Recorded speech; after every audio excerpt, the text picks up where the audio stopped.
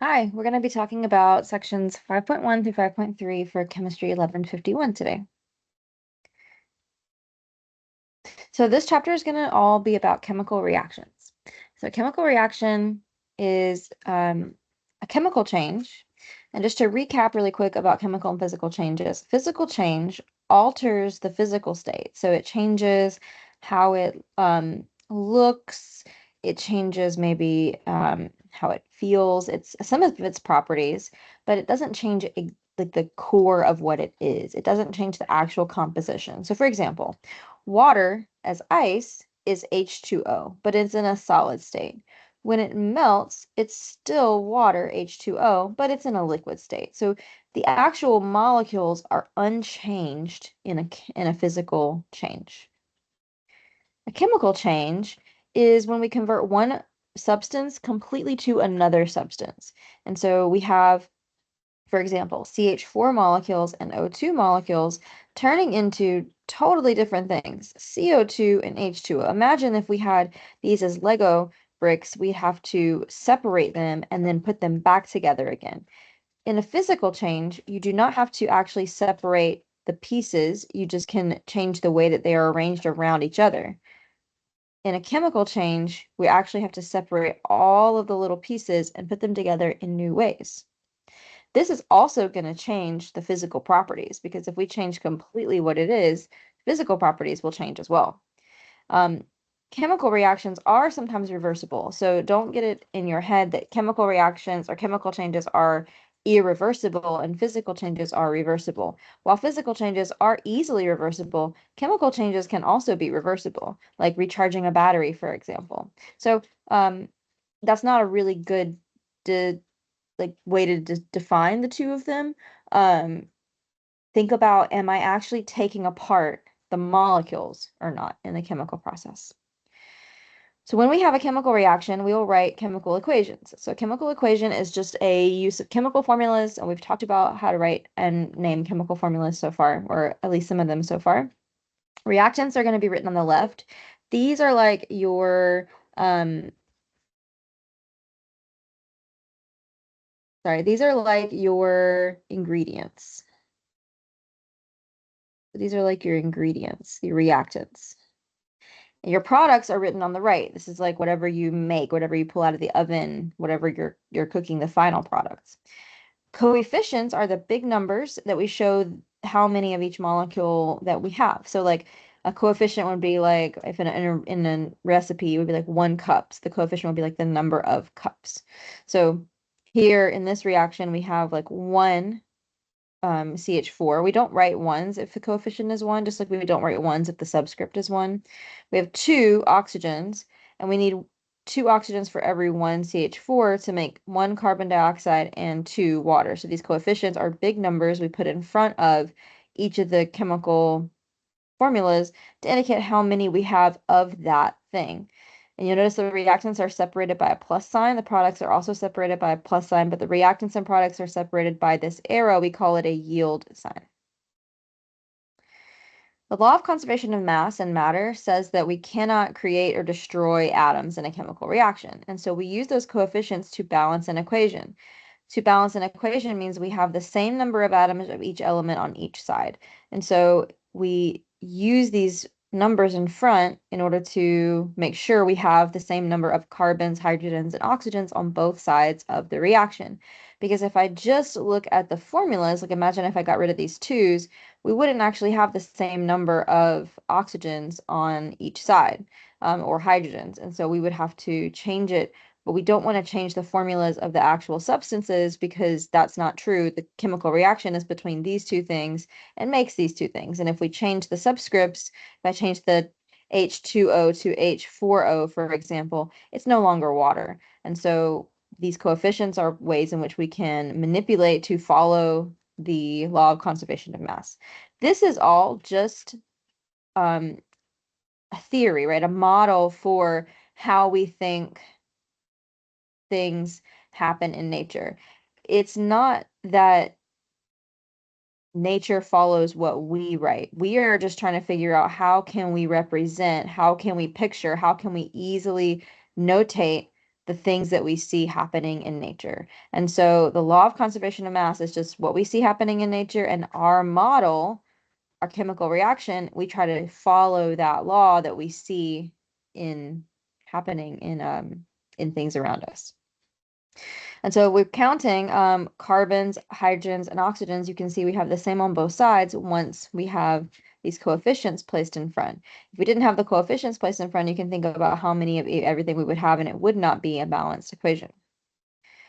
When we're writing chemical equations, we also sometimes want to tell the state of matter of the substances, because that can help you figure out if certain things are going to react in a certain way, and then it can also help you predict physical properties. So different symbols that we're going to use, the reaction arrow, we also call this yield, a yield sign, or we might say the word yield for this. If you see a triangle, usually it's going to be over an arrow like that. That means that we're going to heat it up. And so instead of saying like heat it up or write the word heat, we just put this little triangle, and that is going to indicate heating up something in a chemical reaction. If the state of matter is solid, we put a little S in parentheses after the substance. If the state of matter is liquid, we put an L in parentheses after the substance. That's an L, not an I, for L for liquid. If it's a gas, we put a G. And then we also have this other one, AQ, aqueous. Now, you could probably think about what aqueous means. Aqueous means dissolved in water. The root aqua there. A solution is a homogeneous mixture.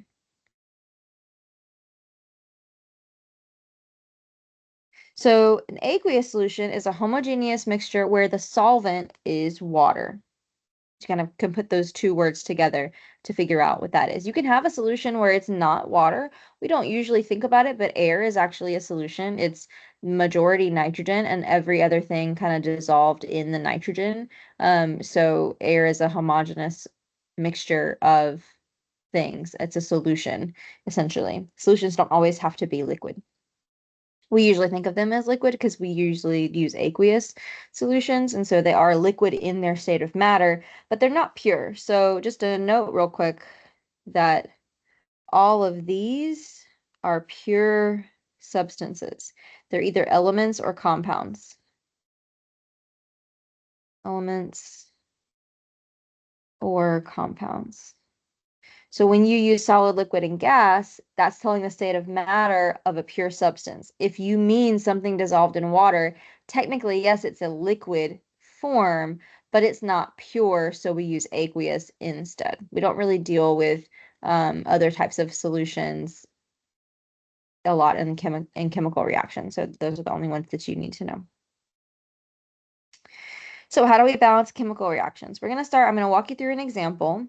Most people find this to be something that definitely takes a minute to take some practice to get good at, but it seems accessible to most people. So give it a try. Don't get frustrated. Use pencil so you can erase and go back and forth, and just kind of trial and error it until you get it right.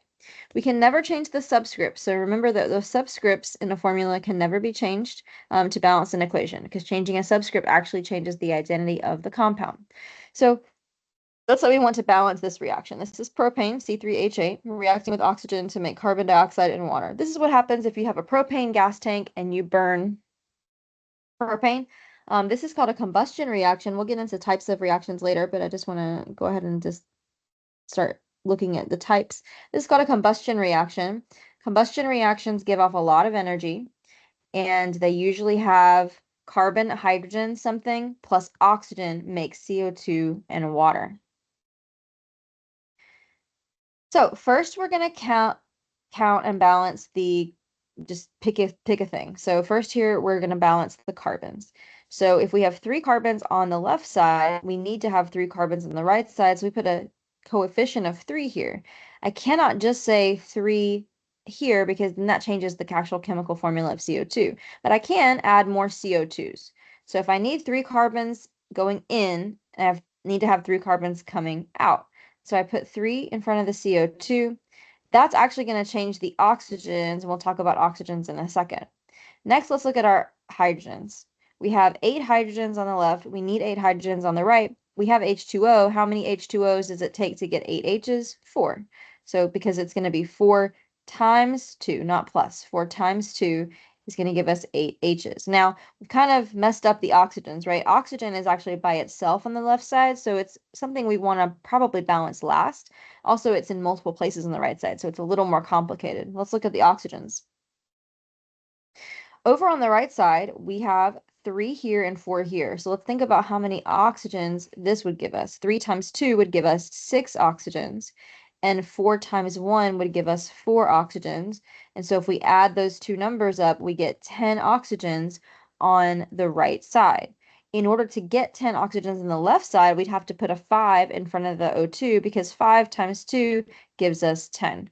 And so you can see how you can work this out. I will show you in class a way that you can kind of keep track of everything, but sometimes, honestly, some people have a math mind and you can just look at it and you can just kind of count and figure out what numbers need to go where. You don't have to show work for this. If you kind of just see it and you just kind of get it, then you can just put your numbers in and try it out. But if you're looking at this and you're like, I have no idea what you just did, then in class I will give you a way to kind of keep track of everything. And then you always want to make sure that you have the smallest set of whole numbers. Sometimes we get really into our balancing and we wind up with really big numbers. You want to make sure you have the lowest ratio of whole numbers. And so let's say I came out of this with a 2, a 10, a 6, and an 8. I could reduce all of these by dividing them all by 2. I want to keep the ratio between all of them because that's what the important thing is.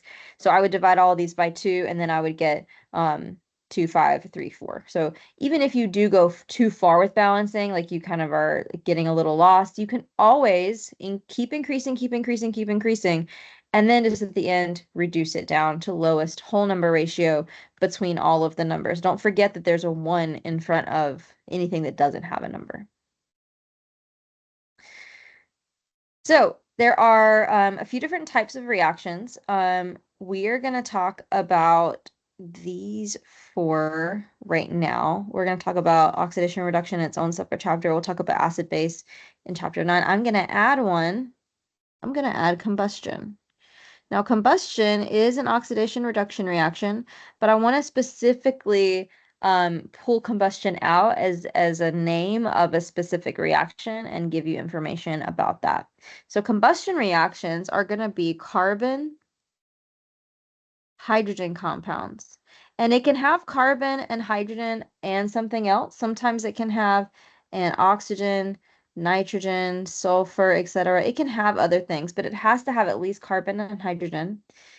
And it reacts with oxygen, and it always makes CO2 and water. And this is a very exothermic reaction. Let's not use that word in the notes, though, so you don't know what that means yet. Exothermic means it gives off energy. Exothermic, exiting thermal energy, exit heat. So gives off a lot of heat. So anytime you've lit a match, anytime you've burned something on, you've cooked something with a gas stove, anytime you have used any sort of gasoline in your car, like all of that is like most of our cars are combustion engines, right? And so we use octane, which is a carbon hydrogen compound with 8 carbons. That's where the oct comes from. And then it burns in oxygen and gives you CO2 and H2O. Now, this is a textbook combustion reaction. Real life combustion reactions don't go all the way necessarily to CO2 and H2O. If your car if the only thing coming out of your exhaust was carbon dioxide and water, we could probably find a way to deal with that and not have such bad atmospheric consequences for combustion engine stuff. However, what we have is incomplete and inefficient combustions, and we wind up getting the carbon hydrogen compound breaks down into other carbon hydrogen compounds that are sooty, that are not as pleasant. And we know CO2 is not great to pump into the atmosphere, but other stuff is what gives us like really bad smog and like just bad air quality, because the combustion reactions don't actually go 100% all the way to CO2 and H2O. But if you do see a carbon hydrogen compound with oxygen makes CO2 and water. That is a combustion reaction. The other ones are pretty easy to recognize. A combination reaction is sometimes also called a synthesis reaction.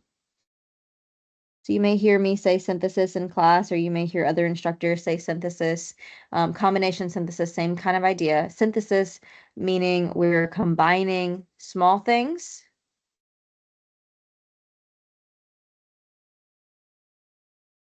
turning them into bigger things. It's not always, here is an example, element plus element makes compound, right? It's not always element plus element makes compound. Photosynthesis is a synthesis reaction. It is taking smaller things like CO2 and water and making bigger things like glucose and oxygen. Actually, photosynthesis is just the opposite of a combustion reaction. Think about what plants, so this is our cellular respiration is like this. We take carbon and hydrogen from glucose, we react it with oxygen that we breathe in, and we exhale CO2 and we make water. And this gives off a lot of energy. And so we're pretty much like little combustion engines. Now, photosynthesis is the opposite. It takes carbon dioxide and water from the atmosphere. It uses a photon of light to produce carbon hydrogen compound of glucose and oxygen. And so plants are giving off oxygen as they kind of, quote, exhale from their photosynthesis, like we give off CO2 when we exhale from our cellular respiration. So synthesis is not only, I bring up photosynthesis because it's not only just element plus element makes compound. It can be small things make bigger things. Decomposition is essentially the opposite of a combination. It's a big thing breaks down into smaller things. It's not always breaking down into elements, but we can think about it as bigger things breaking down into smaller things. We think about this as decomposition, just like what you would think of decomposition, right? If you have some trash, it's just sitting there in a landfill or something decomposing. It's big molecules breaking down into smaller molecules. And most of the time, decomposition is aided by bacteria and things like that. But that's what that is. You're familiar with that. So anytime we're breaking something down into smaller pieces, that's decomposing it. It's taking its composition apart, decomposition. Then we have replacement reactions. Replacement reactions are just like it sounds like. We're taking one part of a chemical compound and replacing it with another part. A single replacement reaction, you want to note that we have two reactants. One thing is single in the beginning, and in the end, a different thing is single.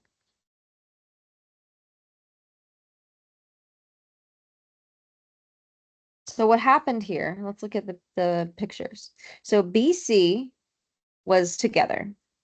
A came in and hooked up with C, and B got kicked out of the compound. So B is now alone, single, and AC is now the compound versus A used to be single, right? So you have one thing that got replaced, single replacement. Then a double replacement is if like they switched partners. And so we have A and B and C and D. A and D now go together, and B and C now go together. So here are some examples, and you can see how the examples, you can maybe follow how there's one thing single in the beginning, a different thing single in the end for the single replacements, and then how we're just kind of switching around the things in double replacement. When we're talking about double replacements, notice that we're switching positive and negative. So silver is positive, nitrate is negative. Silver positive does not go with sodium positive on the right side. The positive silver goes with the negative chloride. So we are switching the charges so that how do you know which things are going to go together? You got to kind of make sure that you have positive and negative, and that you have positive and negative. You can't have positive, positive, negative, negative. But we're not going to get too into actually predicting the products of these reactions. You just kind of have to be able to look at it and tell what type it is. Okay, that's it for this video. I'll see you in the next one.